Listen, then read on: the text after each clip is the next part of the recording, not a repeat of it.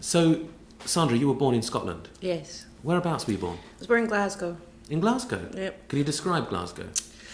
It's a large city made of sandstone and beautiful buildings. Don't really remember very much of it. It was quite small when I was there. Right, okay. Big parks, nice people, good people, funny people. Yeah? Yeah, nice place. And your family's from Scotland? My mother's Australian. Oh, really? My father was Scots-Irish, yeah. Right, okay. And the rest of them were from the Highlands. Oh, really? And what did they do, your family, in Scotland? My father was a photographer. Yeah? My mother taught children. Yeah. She was she looks after children in nursery school. Yeah.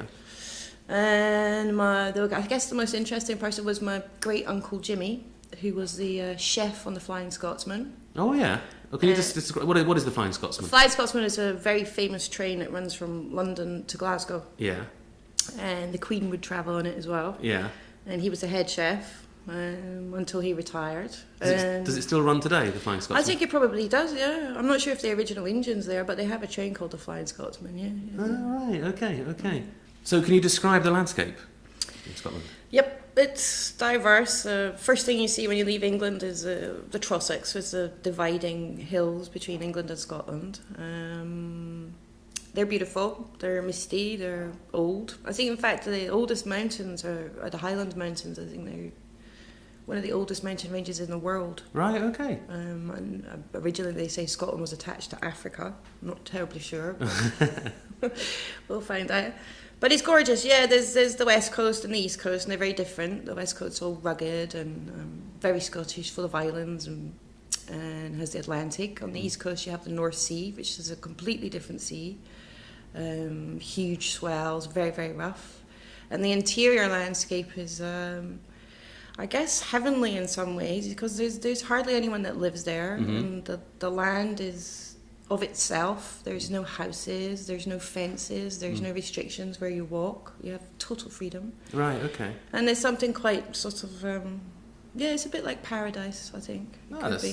I'm very tempted to go there myself. So you talked about your family coming from the Highlands. Yes. Can you describe the Highlands? I mean, is that where the Grampians are?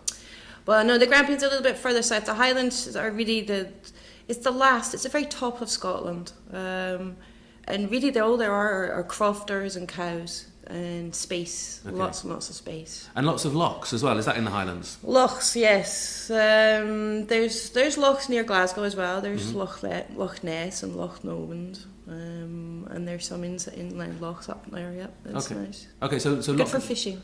Good for fishing. What sort of fish particularly? Salmon, particularly, is a corner of Scotland called Speyside, where they make the best whiskey. Right, okay. Which is good whiskey is to do with good water. You have to have fresh spring water for good whiskey. And where you get good whiskey, you get good salmon. Right, okay. They So the work two go together, together. yeah. Oh, I didn't know that. So you mentioned salmon and whiskey. Are these two of Scotland's most important exports?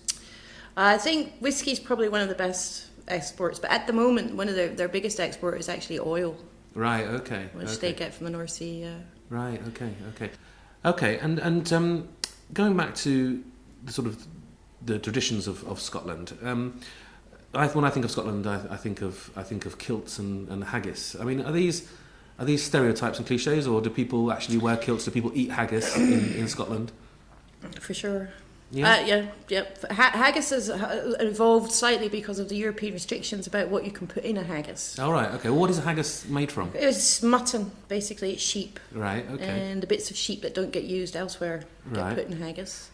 But it's also ceremonial. It was just St Andrew's Day not that long ago. I think last week was St Andrew's Day. And the haggis is a traditional food. Yeah.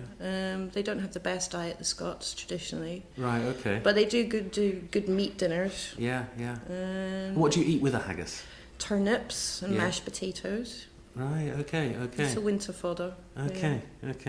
And is this traditional food on Burns Night as well? Absolutely, yes. What is Burns Night? Can you just explain what that is? Burns is a celebration of Robert Burns, who was a great Scots poet. Mm-hmm. And in January, you celebrate his poetry. And if it's done properly, then you have lots of people in a big room. They're all dressed up with traditional costumes. And there is an ode to the haggis, which is a Yeah. poem that's said. And it's a celebration of a Scots poet. Right, okay. When does it take place, sorry? It's in January, I think it's January 25th. It's in January, right, okay. Well, Sandra, thank you very much indeed for speaking to us. Okay, it's a pleasure.